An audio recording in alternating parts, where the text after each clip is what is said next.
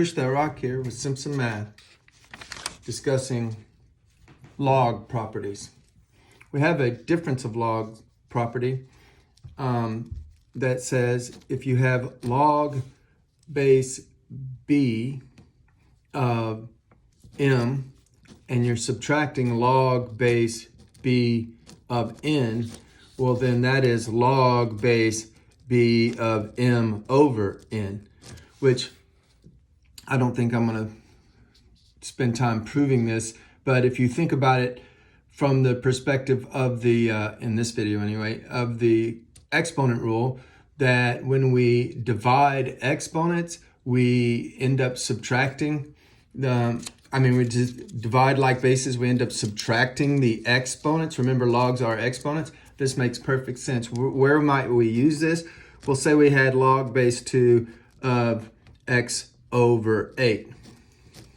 Say that was our function.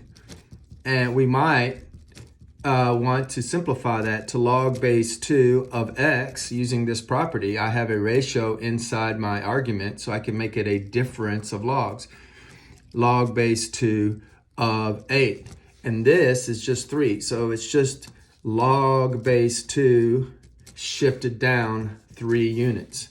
That's nice. So there's the difference of logs properties.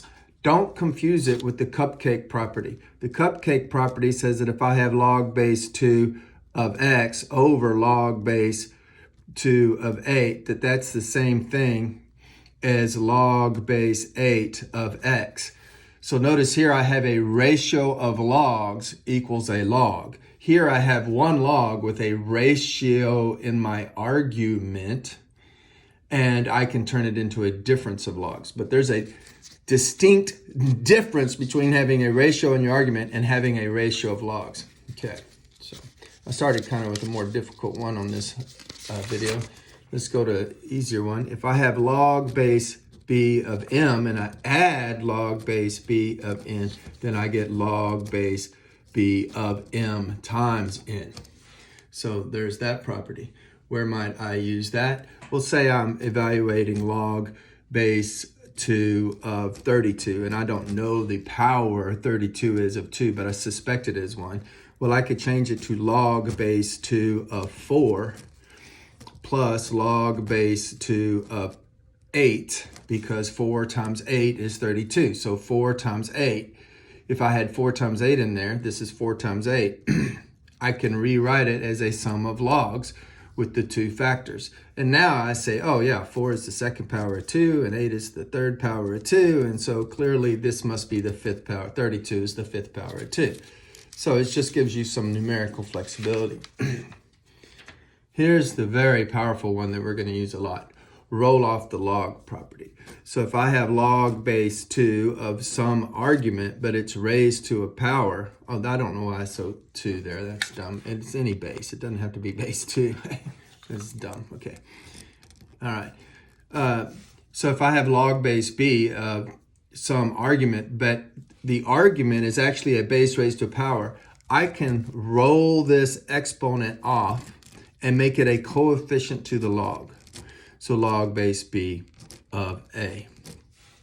So if I have, say for instance, a log base, here we'll use 2, of, say I have 8 raised to the 5th power. Well, rather than have to exponentiate 8 and all that, I can just roll that off, say it's 5 times log base 2 of 8. We know this is 8 is the third power 2, so this is just 3. So I have 5 times 3, which is 15. So this log is 15. And we're going to use it for a lot more than that, and I'll show you in another video. We're going to use the roll off the log property for helping us evaluate mentally any log. Then there's some properties I hesitated to even include in this video because they're so obvious.